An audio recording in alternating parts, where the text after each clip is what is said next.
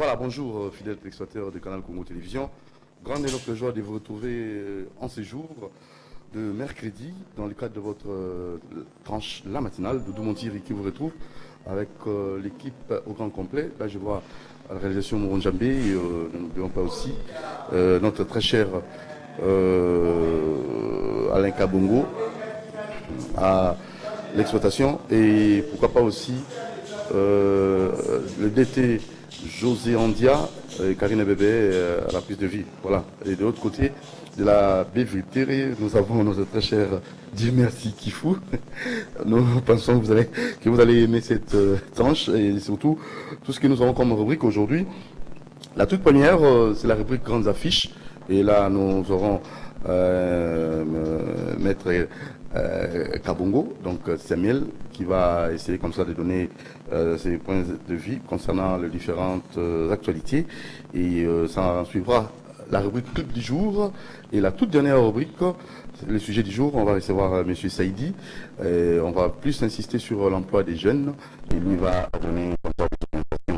Et pour finir, peut-être que Coop viendra pour Mini Kiosque. Vous aurez tous les détails possibles avec Michel Kouapa qui va présenter l'émission Kiosque à 9h30 juste après la matinale. Alors c'est parti avec la toute première rubrique Grandes Affiches.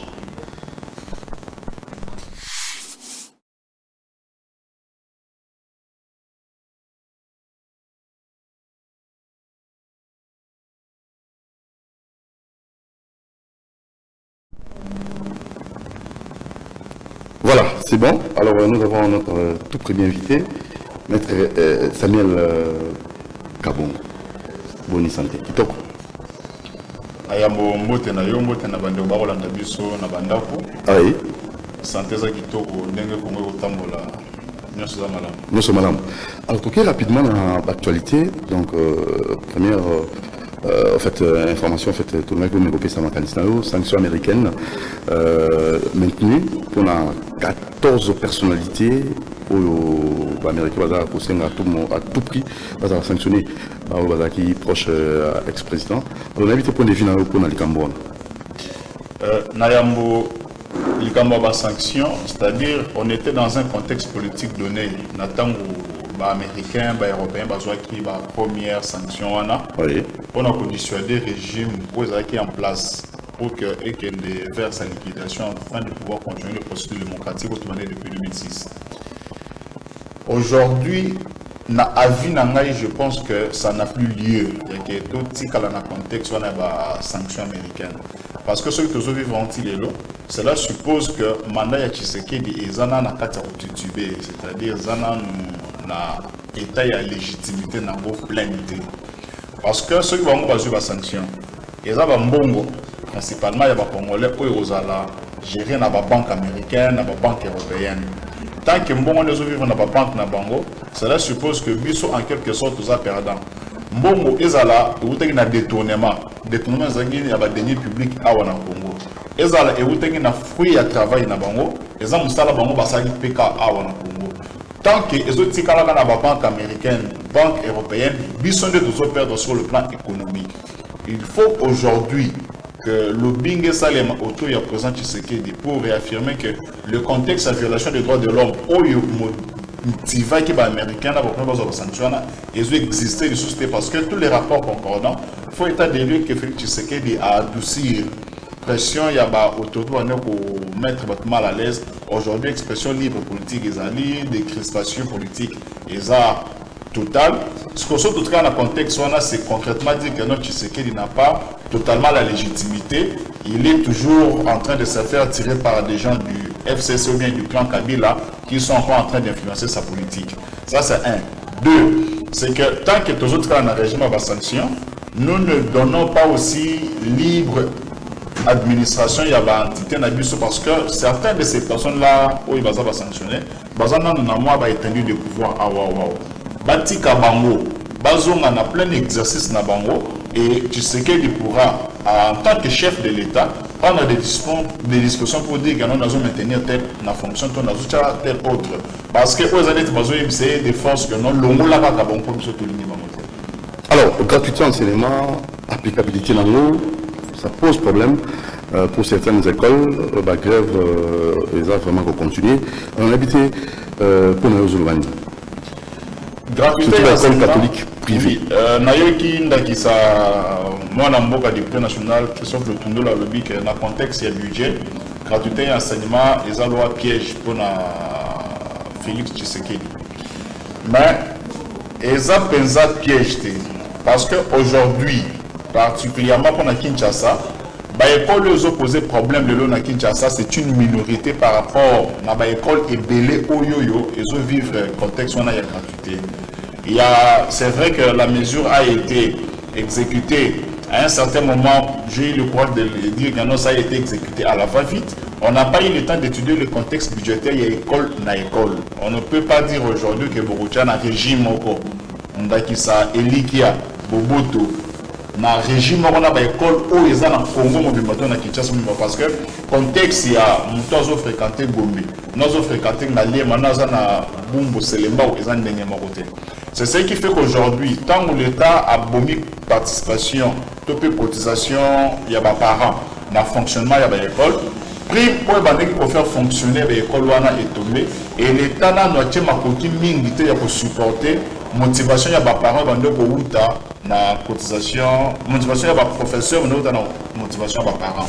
Ce qui fait que enseignant taba matse les salaires de base de taba na ko pesa de 3 et loin d'accès de 200 000 à 600 000 mais et que prime bande ko zoa ya cotisation ya ba parents bande ko atteindre $100 000 $900 na école moko particulière et pour démotiver quand là par rapport à train de vivre la joie qui na bande un contexte budgétaire peut-être les autres l'actionnaire est à piège mais la déclaration de la Banque mondiale, quand on a joué qui ça, $1 milliard dans l'économie à Congo, 500 millions et Seigneur les a inscrits dans le plus budgétaire, 500 millions ils ont investi dans l'enseignement. Ce qui fait que dans le tableau il y a budget, dans la recette il y a l'État, nous avons encore vu le 500 millions de la Banque mondiale figurer. Attendons voir lancement il y a année budgétaire 2020. N'a pas pu nous projeter jusque-là, USAID, Banque mondiale, Union européenne, total équilibre au sein de peut-être la situation va encore s'améliorer. Parce que là, nous sommes dans un contexte particulier, budget 2019, peut prévoir qu'il y a voté, n'a pas exécuté les lots, et voir comment ça va se dérouler en 2020. Voilà, alors FCC cache la guerre au Salima. Déjà, vous projetez à venir moins meilleur dans la coalition. Guerre, je pense que les affluents, il y a, passez-moi les termes, il y a ma politique où les décisions vont se comporter plus ou moins en immature. Parce que les fonds de divergence peuvent toujours exister parce que tout ça est humain. Et vous avez entre un parti à cash et un parti à FCC, tout comme vous avez entre un parti à cash, tout entre un parti à FCC et Bangomonko. Mais ceux qui sont plus matures que eux, besoin d'excéder sur les autres, sinon les linges sales doivent à un certain niveau se laver en famille. Finalement, l'opposition au Congo s'est fait entre FCC Cash et la Mouka de l'autre côté, puisque la Moniance, MLC, Ensemble et Moïse et le petit groupe Yafayoulou, ou bien ou bien opposition plutôt entre FCC et Nakash Bamomoko. Bah, propos où ils allaient tenir même état de violence, instinct haineux, je pense que c'est une bataille yango, va penser plus na discours le nouveau cardinal Ambon on appelle ça qui n'a Mélina à Stade de Martyrs, c'est-à-dire ceux qui dirigent ne doivent pas se quereller et ne doivent pas entrer dans des propos qui ont tendance à diviser. La coalition va survivre parce que chef de la coalition, il y a beaucoup plus Tshisekedi, il y a plus déjà Cap Nango. Et qu'il est confiant que le Premier ministre et tout le gouvernement aujourd'hui vont exécuter les visions où ils vont mettre en place. Où il y a des petits instants, il y a comprendre le contexte politique, il reste dans l'opposition. Il y a un fantôme qui existe quelque part au Congo qui s'appelle Kabila et que Tshisekedi est toujours entré dans ses installations présidentielles par le petit fantôme de Kabila et pourtant ce n'est pas le point de considérer que non, cette étape est dépassée. Vignette, bon,